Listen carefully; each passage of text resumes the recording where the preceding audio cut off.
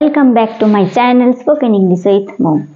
Friends, আজকে আমি নিয়ে এসেছি কিভাবে ইংরেজিতে প্রশ্ন করতে হয়। তো আমি আগের ভিডিওতে করিয়েছিলাম প্রেজেন্ট সিম্পল টেন্স। যদি কোনোভাবে ভিডিওটা মিস করে থাকেন তাহলে অবশ্যই দেখে নেবেন। আজকে শেখাবো কিভাবে কোয়েশ্চেন করতে হয়। তো আমরা যখনই কনভারসেশন করি তখন আমাদের কনভারসেশন বাড়ানোর জন্য কোয়েশ্চেন করতে হয়। তো সঠিক স্ট্রাকচার না জানলে কোয়েশ্চেন করা যায় না, কোয়েশ্চেন করতে গিয়ে আটকে যান, তাই তো। তো চলে আসুন, সহজেই শিখে নেওয়া যাক কোয়েশ্চেন করা। তো আজকে আগের দিনে করিয়েছিলাম যে state of being, state of position এবং অ্যাকশনে কিভাবে কথা বলা হয়, কিভাবে সেন্টেন্স তৈরি করা হয়। তো আজকে স্টেট অফ বিং এ দেখবো কিভাবে কোয়েশ্চেন করা হয় এবং কোয়েশ্চেনের স্ট্রাকচারটা কি হয়। তো প্রথমে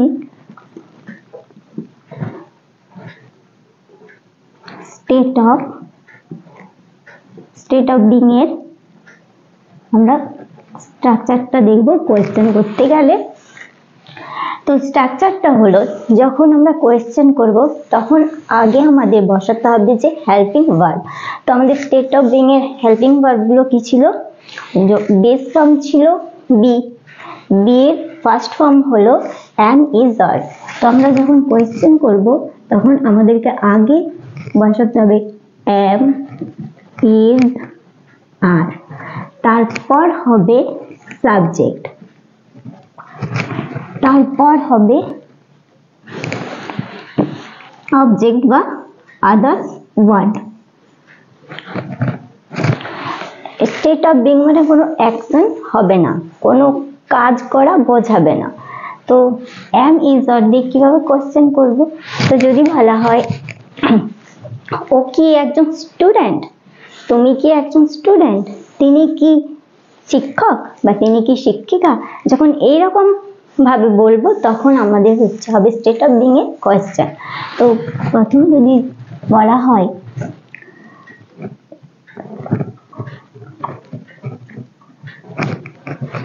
তিনি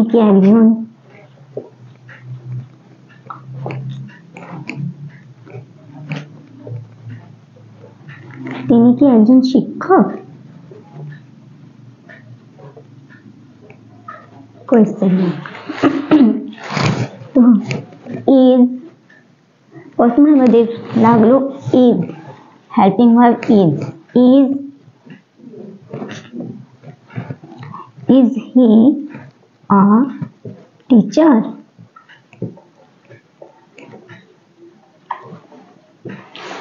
Is he a teacher? তো কখন এম হবে, কখন ইজ হবে এবং কখন আর হবে। তো সাবজেক্টের উপরে ডিপেন্ড করেই আমাদের এই হেল্পিং ভার্বটা বসবে। তো যখন সাবজেক্টে থাকবে আই, ইউ, উই, দে, যে কোনো প্লুরাল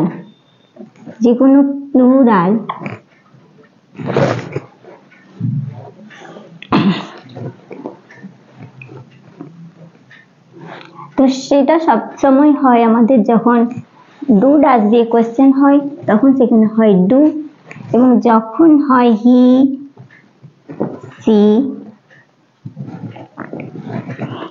যে কোনো একজন ব্যক্তির নাম, মাই ব্রাদার, মাই সিস্টার, যখন এগুলো হয় তখন হয় আমাদের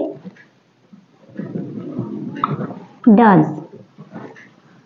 আর যখন স্টেট অফ বিং হয়, state of being A I এর সাথে হয় এম, এবং যে কোনো হি, সি, যে কোনো একজনের ক্ষেত্রে হয় ইজ,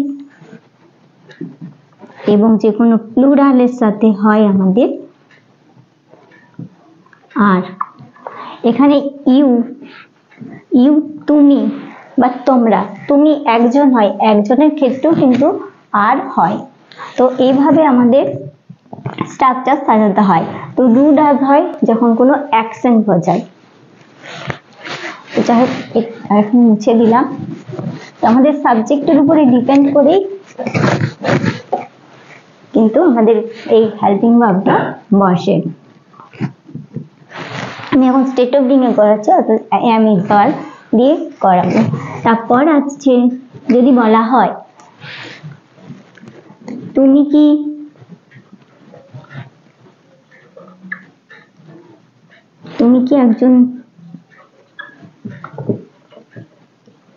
একজন ছাত্র, are you a student? Are you a student?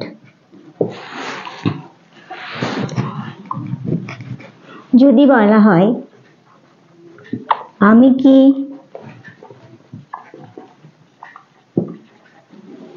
কি তোমার বন্ধু, আমি কি তোমার ফ্রেন্ড, তখন হবে am I your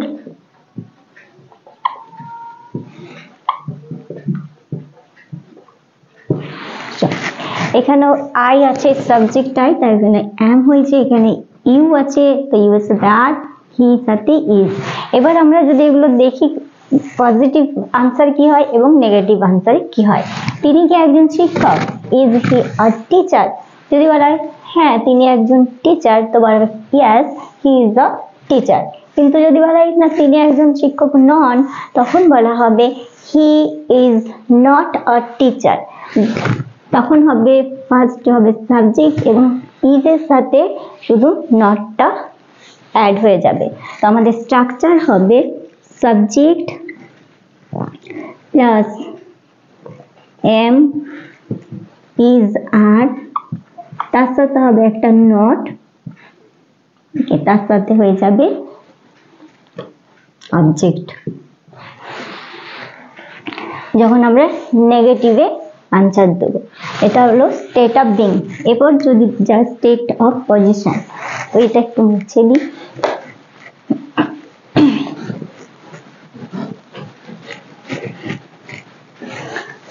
state of position,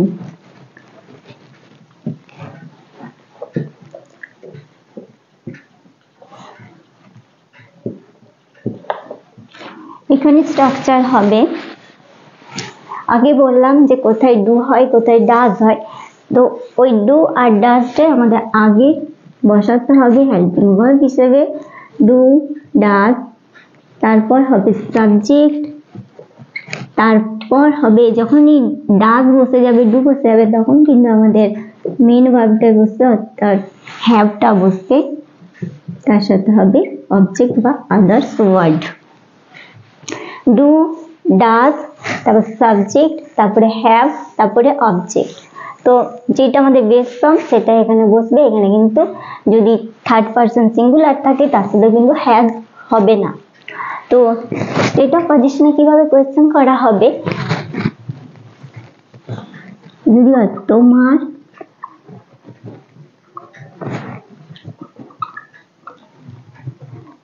কি একটি গাড়ি আছে,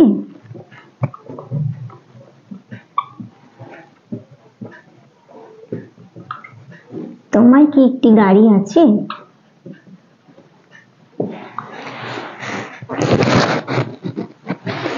তোমার কি একটি গাড়ি আছে, তো এখানে আছে তোমার, তাহলে আমাদের এখানে কি বলেছিলাম আই এবং ইউ সমস্ত প্লুরালের সাথে হয় ডু, এবং তাহলে আমাদের এখানে তোমার আছে তাহলে হবে do, do you subject you, তারপরে বসলো হ্যাভ, ডু ইউ হ্যাভ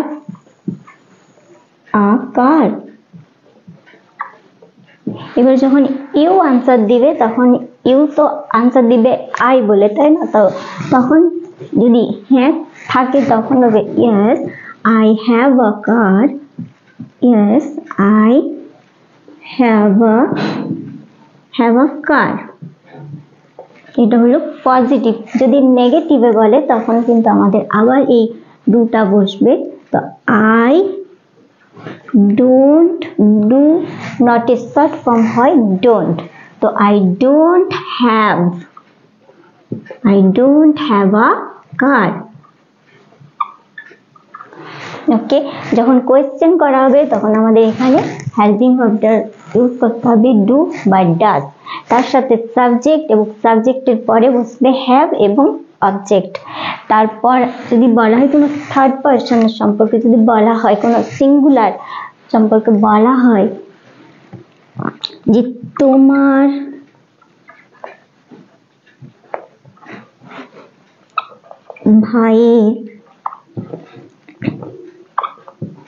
তোমার ভাইয়ের কি খেলনা আছে?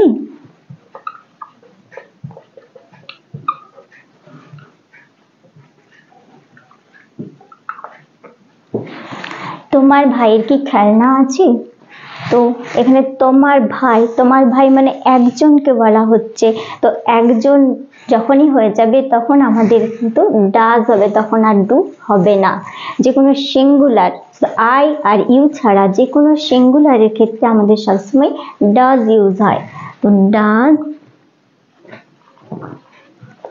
Does your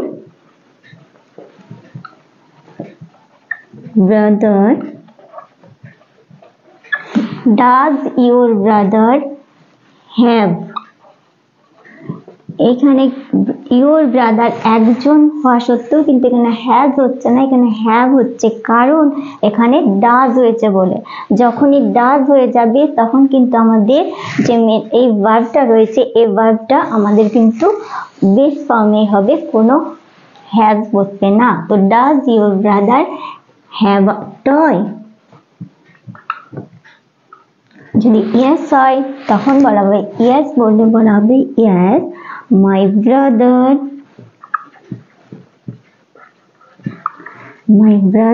has a toy. Okay, তারপরে যদি বলা হয় এটা নেগেটিভে যদি বলা হয় তাহলে কিন্তু বলতে হবে মাই ব্রাদার, এখানে যে রয়েছে আমাদের এই হেল্পিং ভার্বটা সেইটার সাথে কিন্তু নট যোগ হয়ে যাবে। তো মাই ব্রাদার ডাজ নট বা ডাজন্ট, তখন আর এটা হ্যাজ হবে না, তখন আমাদের এখানে হয়ে যাবে হ্যাভ। তো মাই brother doesn't have a toy বা এনি টয়। ওকে, তো এতদূর বোঝা গেছে এটা হলো স্টেট অফ বিং এবং এটা হলো স্টেট অফ পজিশন। তো আজকের ভিডিওটা একটু বড় হতে চলেছে, তো প্লিজ কেউ স্কিপ করবেন না, তাহলে কিন্তু বুঝতে পারবেন না। তারপরে আমরা যাব অ্যাকশন ওয়ার্ডে।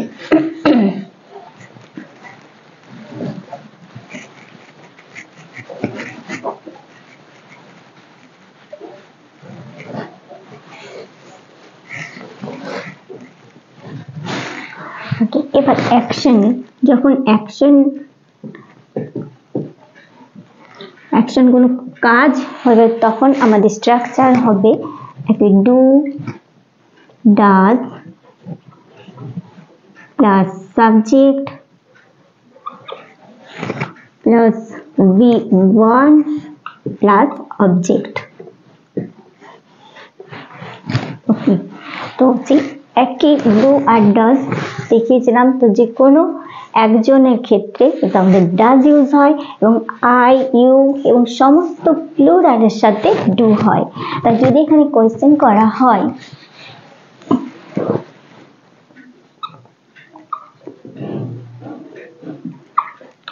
তুমি কি ফুটবল খেলো,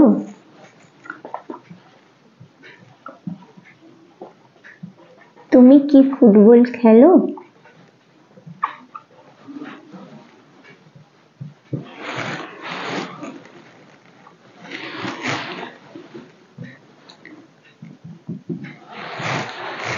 তো তুমি কি ফুটবল খেলো এটা হলো কোয়েশ্চেন। এখানে সাবজেক্ট আছে তুমি হলো ইউ, তাহলে আগে যদি ইউ বলে দেওয়া হয় যে ইউ প্লে ফুটবল, তাহলে কিন্তু এটা কোয়েশ্চেন হবে না। আমাদের কোয়েশ্চেন করতে গেলে আমাদেরকে আগে হেল্পিং ভার্ব বসাতেই হবে। তো এখানে হবে ডু ইউ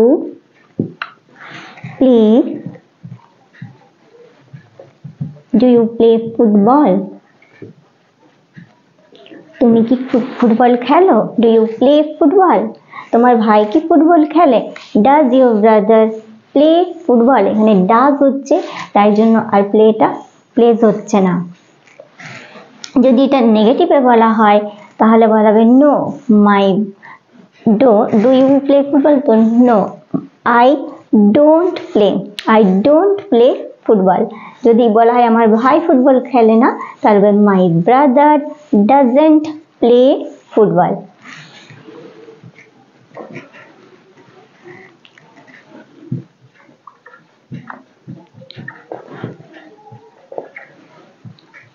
তিনি কি বাজার যান?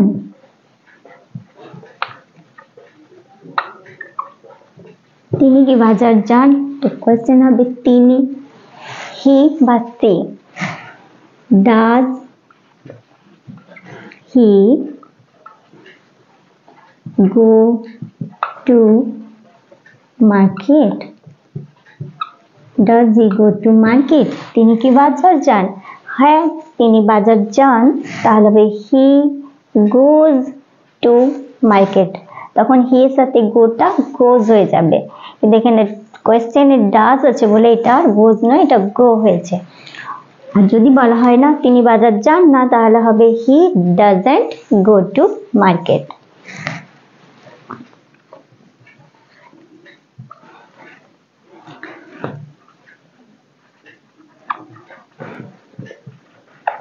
সে কি তোমাকে মারে?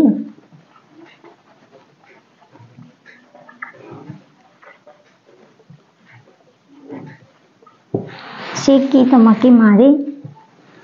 Does she beat you? সে কি তোমাকে মারে? Does she beat you? যদি বলা হয় yes তাহলে she beats me। আর যদি নেগেটিভে বলা হয় তাহলে নেগেটিভে বলা হবে she doesn't